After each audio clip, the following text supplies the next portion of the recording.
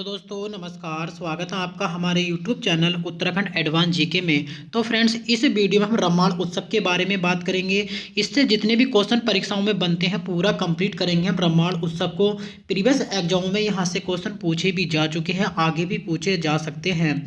रामायण उत्सव हमारी पटवारी लेखपाल आगामी परीक्षा, पुलिस दरोगा परीक्षा, उत्तराखंड अधीनस्थ सेवा चयन आयोग या उत्तराखंड अधीनस्थ सेवा चयन आयोग, कोई भी परीक्षा हो उसके लिए यह टॉपिक काफ़ी महत्वपूर्ण हो जाता है। तो फ्रेंड्स, वीडियो को लाइक कमेंट चैनल को सब्सक्राइब करना ना भूलें। हम देखते हैं रामायण उत्सव के बारे में। आज का फर्स्ट क्वेश्चन, रामायण उत्सव प्रतिवर्ष कब मनाया जाता है? तो फ्रेंड्स, रामायण उत्सव प्रतिवर्ष कब मनाया जाता है? अप्रैल माह में। याद रखना फ्रेंड्स, कब मनाया जाता है? अप्रैल माह। नेक्स्ट क्वेश्चन, तो फ्रेंड्स रामायण उत्सव किस महीने में किया जाता है? तो फ्रेंड्स, ये क्वेश्चन रिपीट हो गया दोबारा से। तो रामायण उत्सव किस माह में या किस महीने में किया जाता है? फ्रेंड्स, याद रखना अप्रैल माह में। नेक्स्ट क्वेश्चन, रामायण उत्सव में कितने ताल होते हैं? तो फ्रेंड्स, रामायण उत्सव में कितने ताल होते हैं? 18। याद रखना, यह क्वेश्चन पूछा जा सकता है परीक्षा में कि रामायण उत्सव में कितने ताल होते हैं? 18। नेक्स्ट क्वेश्चन, रामायण उत्सव सलूड़ गांव के अलावा कहाँ पर मनाया जाता है? तो इसका पूछने का तात्पर्य यही है यहाँ पर कि रामायण उत्सव जो मनाया जाता है किसमें? सलूड़ गांव में। यह क्वेश्चन परीक्षा में पूछा जा चुका है। अब सलूड़ गांव के अलावा किन गांवों में मनाया जाता है? तो याद रखना, एक आता है डुंगरी गांव, एक आता है बैरोसी और एक आता है कि सेलम गांव। इन तीनों गांवों में मनाया जाता है, लेकिन सबसे ज़्यादा जो प्रसिद्ध है तो फ्रेंड्स याद रखना किस गाँव में? सलूड़ गाँव आता है, जोशीमठ के बिलोक सलूड़ गाँव में। नेक्स्ट क्वेश्चन, रामायण उत्सव कितने दिनों तक मनाया जाता है? तो फ्रेंड्स, रामायण उत्सव कितने दिनों तक मनाया जाता है? यह कभी तो 11 दिन तक चलता है और कभी 13 दिन तक रामायण उत्सव मनाया जाता है। नेक्स्ट क्वेश्चन,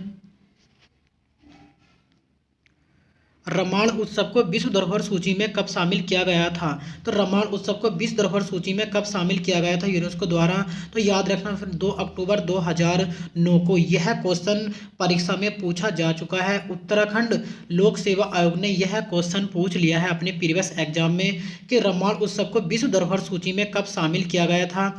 2 अक्टूबर 2009 को। नेक्स्ट क्वेश्चन,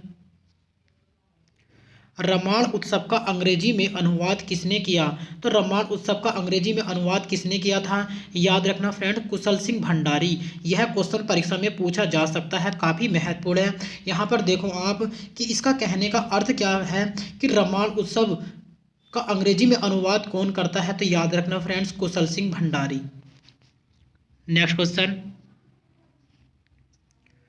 रामायण उत्सव को दिल्ली स्थित इंदिरा गांधी राष्ट्रीय कला केंद्र तक कब पहुंचाया? तो रामायण उत्सव को दिल्ली स्थित इंदिरा गांधी राष्ट्रीय कला केंद्र तक कब पहुंचाया था? 2008 में। और किसने पहुंचाया था? याद रखना फ्रेंड्स, कुशल सिंह भंडारी।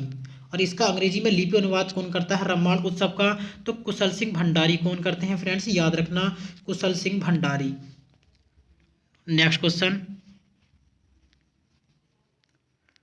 रामायण उत्सव का शुभ मुहूर्त कब निकाला जाता है? तो रामायण उत्सव का शुभ मुहूर्त कब निकाला जाता है? बैसाखी पर। याद रखना कब निकाला जाता है इसका शुभ मुहूर्त कि रामायण उत्सव जैसे हमारा बताया मैंने अभी आपको पीछे कि 11 से 13 दिन तक रामायण उत्सव चलता है। लेकिन जब उत्सव चलता है इसका तो इसका शुभ मुहूर्त भी निकाला जाता होगा, लेकिन कब? तो याद रखना फ्रेंड्स, बैसाखी पर। नेक्स्ट क्वेश्चन, रामायण उत्सव से पूर्व रात्रि पर होने वाले जागरण को क्या कहते हैं? तो याद रखना, यह क्वेश्चन काफ़ी महत्वपूर्ण है परीक्षा की दृष्टि से कि रामायण उत्सव से पूर्व रात्रि पर होने वाले जागरण को क्या कहा जाता है? जैसे कि रामायण उत्सव आज से स्टार्ट होता है, तो इससे पूर्व रात्रि पर संध्या से शुरू होकर तो कौन सा जागरण किया जाता है? तो याद रखना फ्रेंड्स, सुयूर्त। यह इस तरह से भी आता है, कहीं कहीं आपको देखने को मिलेगा, इस तरह से भी मिलेगा सुयूर्त और इस तरह से भी आपको देखने को मिलेगा, लेकिन आपको दोनों ही ध्यान रखना है। नेक्स्ट क्वेश्चन, रमाल उत्सव का श्रेय किसे जाता है? तो रमाल उत्सव का श्रेय किसे जाता है? एक आता है, नाम आता है दाताराम, एक आता है अरविंद, एक आता है थान सिंह नेगी, और इनमें सबसे महत्वपूर्ण जो हो जाते हैं कुशल सिंह भंडारी। और रमाल उत्सव का अंग्रेजी में अनुवाद कौन करता है? कुशल सिंह भंडारी। इसलिए कुशल सिंह भंडारी काफ़ी महत्वपूर्ण हो जाते हैं रमाल उत्सव से, और क्वेश्चन यह परीक्षा में पूछा भी जा सकता है। नेक्स्ट क्वेश्चन, रमाल उत्सव में कितने मुखौटों का प्रयोग किया जाता है? तो रमाल उत्सव में कितने मुखौटे का प्रयोग किया जाता है? याद रखना फ्रेंड्स, 18 मुखौटे का प्रयोग किया जाता है रमाल उत्सव में। और यह कितने दिन तक, 11 से 13 दिन तक मनाया जाता है। और कितने मुखौटे का? 18 मुखौटे का प्रयोग किया जाता है, और 18 तालों का प्रयोग किया जाता है इसमें। और आता है क्वेश्चन कि इसमें कितने जोड़ी ढोल व दमाऊ होते हैं? तो याद रखना फ्रेंड्स, 1 दर्जन। इसमें रमाल उत्सव में कितने मुखौटे होते हैं? 18, और 18 इसमें ताल होते हैं। और क्वेश्चन आता है कि कितने दर्जन इसमें ढोल व दमाऊ होते हैं? तो याद रखना 1 दर्जन इसमें ढोल में दमाऊ होते हैं। और आता है इसमें भंगोरे कितने होते हैं रमाल उत्सव में? तो 8 भंगोरे होते हैं फ्रेंड्स, याद रखना 8 भंगोरे। इसके अलावा इसमें झांझर व मंजीरों का प्रयोग किया जाता है। 18 मुखौटे, 18 तालों का, 1 दर्जन इसमें ढोल व दमाऊ का, 8 भंगोरे का प्रयोग किया जाता है इसमें। और इसके अलावा इसमें जो है मुखौटे रमाल उत्सव में जो प्रयोग किया जाता है, झांझर झांझर और मंजीरों का इसमें प्रयोग किया जाता है। नेक्स्ट क्वेश्चन, मुखौटे के कितने रूप होते हैं? तो फ्रेंड्स, मुखौटे के कितने रूप होते हैं? 2। यह क्वेश्चन परीक्षा में पूछा जा सकता है। देखो काफ़ी महत्वपूर्ण हो जाता है परीक्षा की दृष्टि से यह है कि मुखौटों के कितने रूप होते हैं। काफ़ी कम शॉर्ट क्वेश्चन है यहाँ पर कि मुखौटों के कितने रूप होते हैं? 2। नेक्स्ट क्वेश्चन, तो मुखौटे के कितने रूप होते हैं? 2। लेकिन सबसे पहला जो होता है मुखौटे का रूप होता है, एक तो होता है कि पत्थर, दूसरा होता है खलियारी। तो सबसे पहला जो होता है पत्थर, यानी देवताओं का मुखौटा। जब मुखौटों के कितने रूप होते हैं? 2। और इसमें एक आता है पत्थर, दूसरा आता है खलियारी।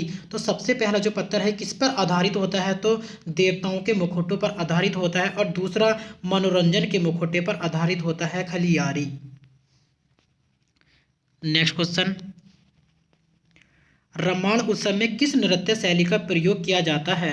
तो रमाल उत्सव में किस नृत्य शैली का प्रयोग किया जाता है? रमाल उत्सव में मुखौटे नृत्य शैली का प्रयोग किया जाता है। आप देखना कि जब रमाल उत्सव होता है तो अपने चेहरे पर मुखौटे लगाकर वह किया जाता है। अक्सर वहाँ पर क्या होता है कि मूक संवाद होता है रमाल उत्सव की, उसमें मूक से बोलकर यह रमाल उत्सव नहीं किया जाता, बिना मूक वाचाल होता है रमाल उत्सव, इसलिए वहाँ पर मुखौटे का प्रयोग किया जाता है। कुछ जैसे कि रामायण होती है, अक्सर गांव में आपने रामायण देखी होगी, उसके आधार पर कुछ नृत्य यहाँ से लिए गए हैं रामायण उत्सव में। नेक्स्ट क्वेश्चन, रमाल उत्सव में क्या नहीं होता? तो रमाल उत्सव में क्या नहीं होता है? संवाद नहीं होता है। जैसे हमने अभी आपको बताया कि रमाल उत्सव में क्या नहीं होता है, कोई भी संवाद नहीं होता है। यह नृत्य संवाद में ही किया जाता है रमाल उत्सव। यह नृत्य इशारों में ही यह नृत्य किया जाता है, और इसी नृत्य को इशारों में ही समझना होता है। नेक्स्ट क्वेश्चन, रमाल उत्सव के विशेष नृत्य। तो रमाल उत्सव के कुछ विशेष नृत्य भी हो जाते हैं, जिसमें एक आता है कुरु जोगी। तो कुरु जोगी नृत्य इसमें कैसा है रमाल उत्सव में? तो याद रखना फ्रेंड्स, कैसा नृत्य है? यह हास्य नृत्य है। और यहाँ कुरु से क्या होता है कि अक्सर यहाँ पर जो पहाड़ों पर महिलाएं, लड़कियां जो होती हैं, जंगलों से घास लकड़ियाँ लेने जाती हैं, जो कुरु होते हैं वह चिपक जाते हैं। उसमें क्या करता है कि जोगी अपने शरीर पर लगाकर मतलब जनता में बीच में वहाँ पर सबके सामने उन्हें हंसाने का प्रयास करता है अपने शरीर पर लगाकर। इसलिए यहाँ पर कुरु जोगी का संबंध जो है हास्य नृत्य से हो जाता है। नेक्स्ट क्वेश्चन, मालमल। तो मालमल नृत्य का संबंध किससे? इस नृत्य में क्या होता है, स्थानीय लोगों व गोरखों के बीच युद्ध का वर्णन देखने को मिलता है। मालमल युद्ध में क्या होता है, जो स्थानीय लोग होते हैं, स्थानीय लोग और गोरखों ने जब युद्ध आक्रमण किया होता है उत्तराखंड पर, तो इस नृत्य से इसका प्रतीक देखने को मिलता है। नेक्स्ट क्वेश्चन, मयूर मुरेण। तो मयूर मुरेण नृत्य का संबंध किससे होता है कि पहाड़ों पर अक्सर क्या होता है कि भाई यहाँ पर पहाड़ों पर की जितनी भी परेशानियाँ होती हैं इस नृत्य में इन परेशानियों को दर्शाया जाता है कि पहाड़ों पर जितनी भी परेशानियाँ देखने को मिलती हैं यहाँ पर पहाड़ों पर, तो मयूर मुरेण नृत्य में पहाड़ों पर होने वाली परेशानियों को इस नृत्य में दर्शाया जाता है। रमाल उत्सव के जो विशेष नृत्य होते हैं। नेक्स्ट क्वेश्चन, वर्णिया नृत्य। तो यह नृत्य क्या होता है कि तिब्बत व्यापारियों पर हुए अत्याचारों से संबंधित इस नृत्य में इसका वर्णन किया जाता है। यह काफ़ी महत्वपूर्ण हो जाता है परीक्षा की दृष्टि से। तो फ्रेंड्स इस वीडियो में इतना ही। अगर वीडियो अच्छी लगी तो वीडियो को लाइक, कमेंट, चैनल को सब्सक्राइब करना ना भूलें। मिलते हैं हम नेक्स्ट वीडियो में। धन्यवाद।